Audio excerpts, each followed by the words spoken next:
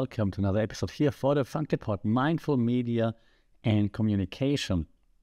And today we're taking a bit of a different angle than usual, maybe because today we're looking around if no one else can hear us.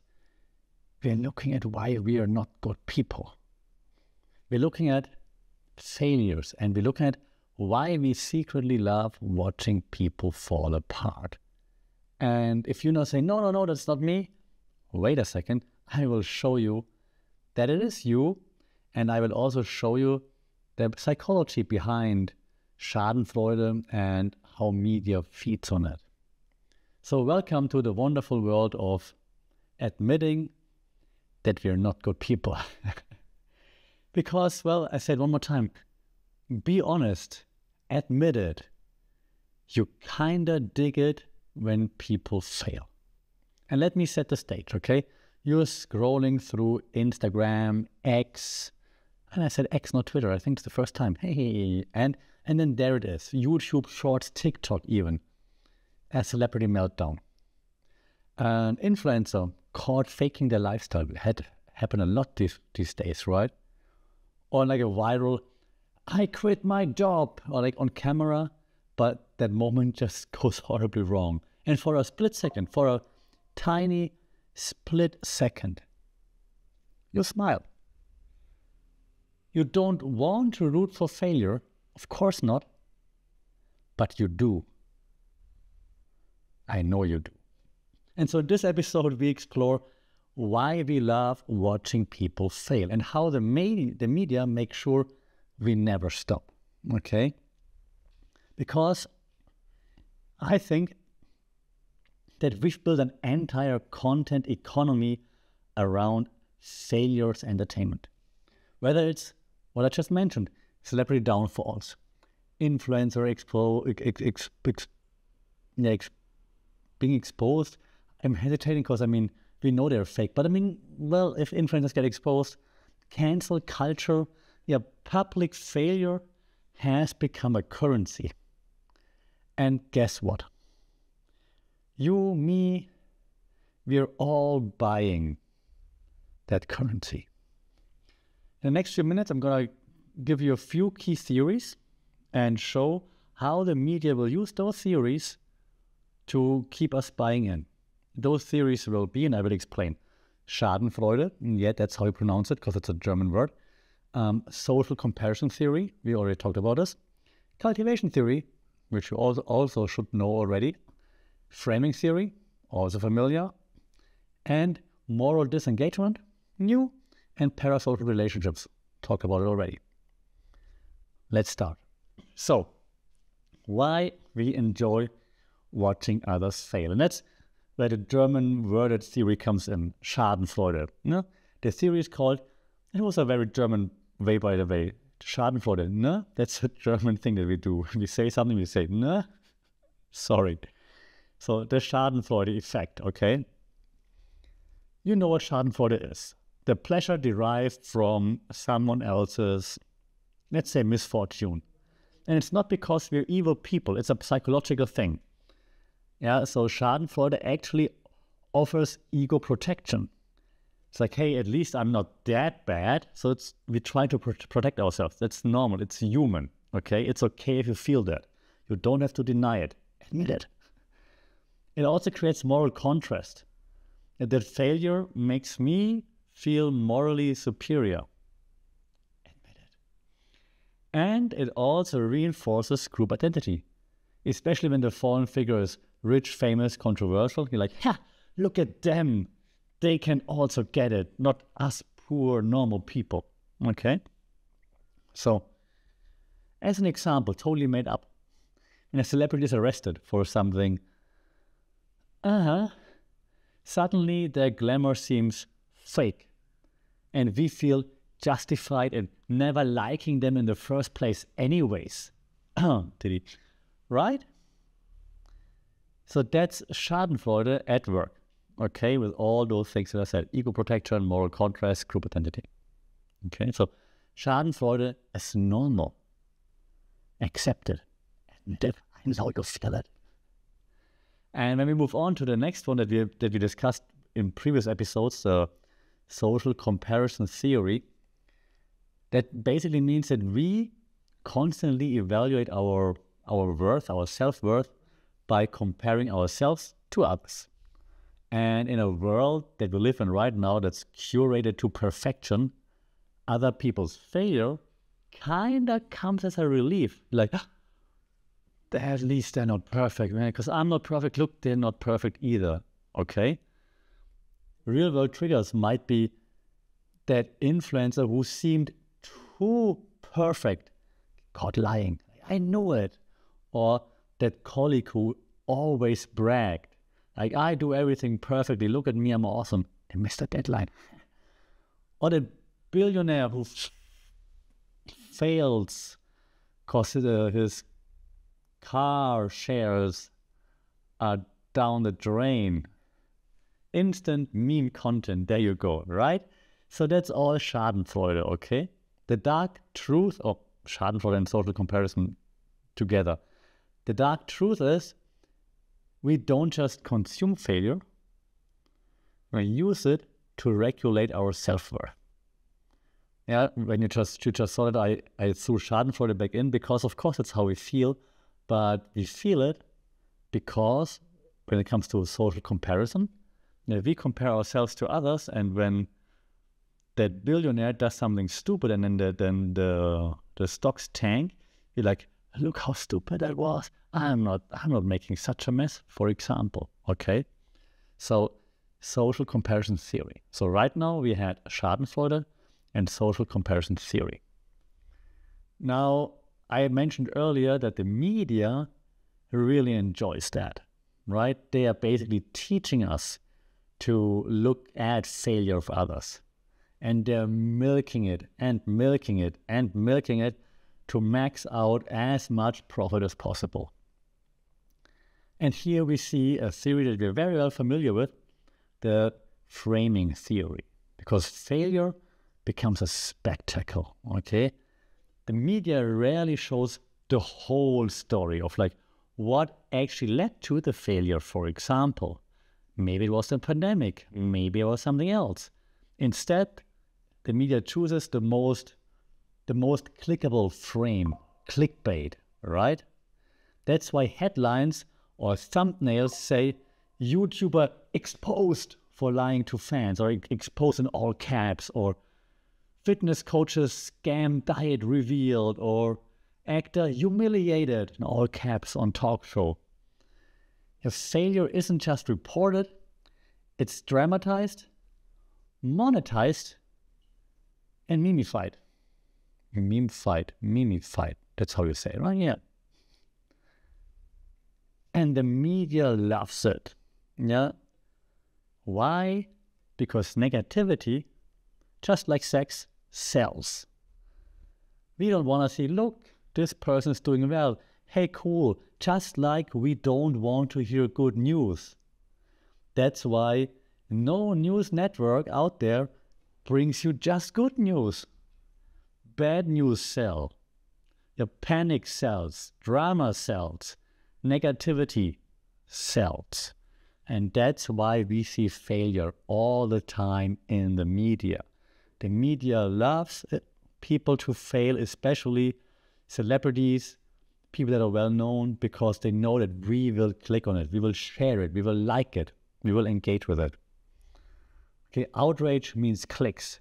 Failure means engagement. Shame is the algorithmic gold, if you will. Okay? And that's why the media just can't stop showing us failure. And hand in hand with that goes another theory that we are very well aware of, the cultivation theory. The cultivation theory, as you know, means the more often we are shown something, the more we're getting used to it, the more we accept it. So this repeated exposure kind of leads to this, let's call it distorted reality. And when we're exposed to failure content, we start to believe that most influencers are fake, that most successful people are corrupt, and that everyone's about to get called out, if you will. So we cultivate the worldview where failure is always just around the corner. We kind of expect it to eventually, everybody's going to get caught. Diddy is getting caught. Next one, Taylor Swift is going to get caught at some point, right? That's the mindset that we have, which is amazing for content cycles because you can just tease it and keep going, like, who's going to be next? Who's next on the Diddy list? This person went to that island and so on, right? Great for content cycles. Terrible, terrible, terrible for empathy. And I mean, as people, how about actually leaning into empathy once in a while? But the media won't let us. I almost sound like Alex Jones now, right? The media turned the frogs, No, don't go over to InfoWars. Stay with me. You see what I said, right? Negativity sells. Cultivation theory leads to cultivate that mindset that we're waiting for negativity to happen. We're kind of expecting it. And so that's why it's easy to produce like media content that leads us to that. Great for content creation, terrible for empathy. Okay. And that leads me to the last theory that I teased in the beginning, which is the theory of parasocial relationships. We had this I think, 2 episodes before. We think we know celebrities and influencers, people in the spotlight, right? That's parasocial relationship. We think we know them because we follow them so much, so we know their nicknames, their hobbies, and so on, but they don't know us. So that's parasocial relationship, okay?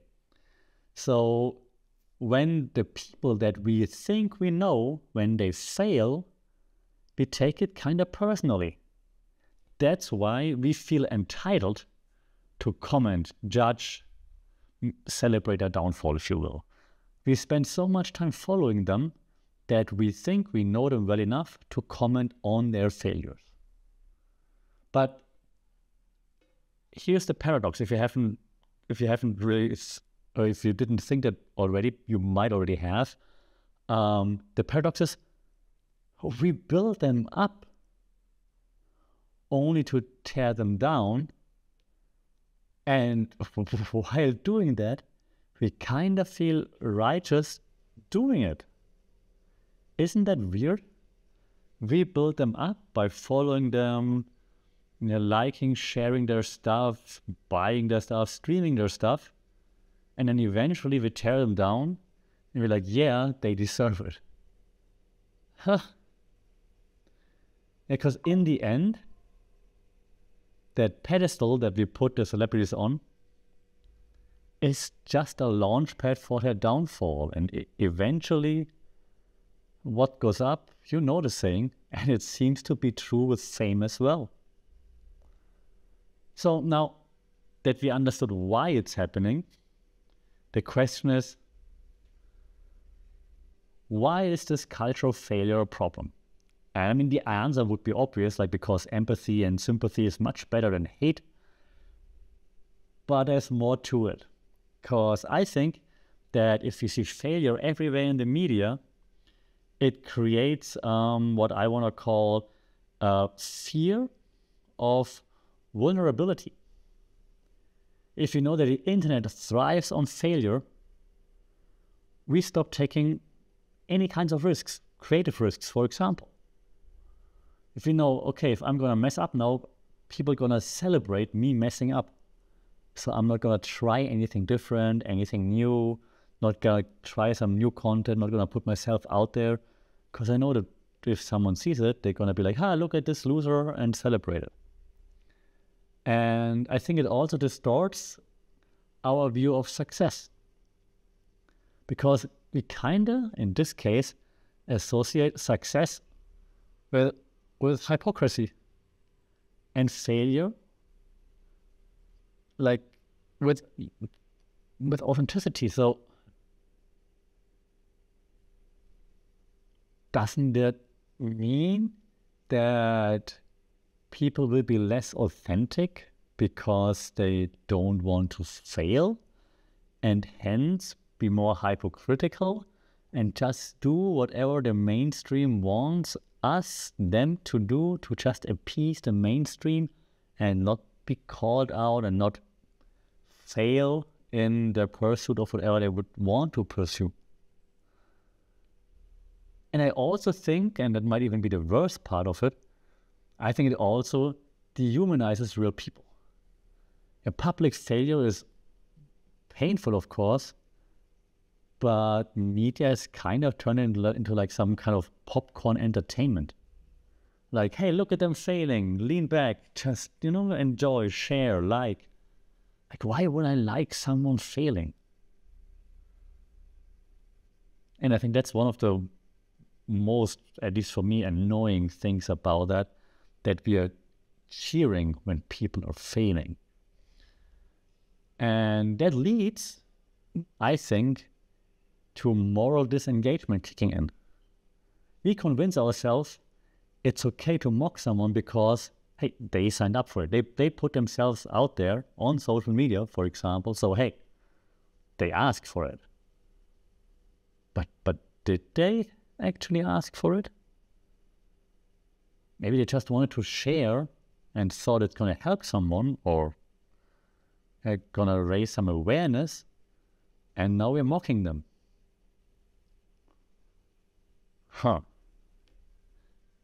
And that said, I don't think that we should not look at failure. I think there's just a way to consume failure in a more responsible way. And because, there are several reasons for it. A, we're definitely not going to stop watching people fail because it's everywhere and we are so accustomed to it now. And B, I think there's something we can learn from it. Okay? And so I think we can also learn to consume this kind of content in a more mindful way. So when there's someone shown who fails, maybe ask yourself, are you watching to learn or to feel better about yourself? Are you piling on judgment or trying to understand what went wrong? And are you engaging in a critical way? Or are you just scrolling for the drama because you want to, again, back to point one, feel better about yourself? I think it's totally fair and okay to cringe at bad behavior. It's okay to ask for accountability if someone really messes up. But if your day gets better every time someone else's day gets worse, then maybe it's time for a little bit of media detox and more mindful media and communication. So to wrap things up, I think that failure shouldn't be content, but it is. We're not changing that. And as long as we keep watching, the algorithm will keep feeding us. And so I didn't mean to guilt trip you during this episode. It's more about, and I can't believe I use this word because I usually hate it, but it's about awareness. It's about understanding why we see that content. And that I understand, and it's fair that we all indulge in Schadenfreude sometimes, but we can also be the generation, the ones that are listening, the ones that are consuming this right now, we can be the generation that finally learns to recognize when we are being manipulated, and then we actively choose better. That's basically all this podcast is about, right? Media literacy. So recognize when you're being manipulated and then choose the red pill or the blue pill. Okay, that was a very old reference. That said, I think that's enough about the Schadenfreude. I hope it did make sense, and I hope just sometimes you think about it when you see people failing again on social media. Let me know how you feel about it. Do you think, no, you're exaggerating? It's not a big deal. They signed up for it. As soon as you put something out there, you sign up for getting any kind of feedback or whatever comes your way. Let me know at FunkyPod on social media or in the comments on Spotify. Like, share, subscribe. It would be very cool. Leave a review. That is the best thing to do to help us get some more attention. Until then, stay safe, take care. Don't enjoy too much Schadenfreude, and we talk soon. Sawadee Cup.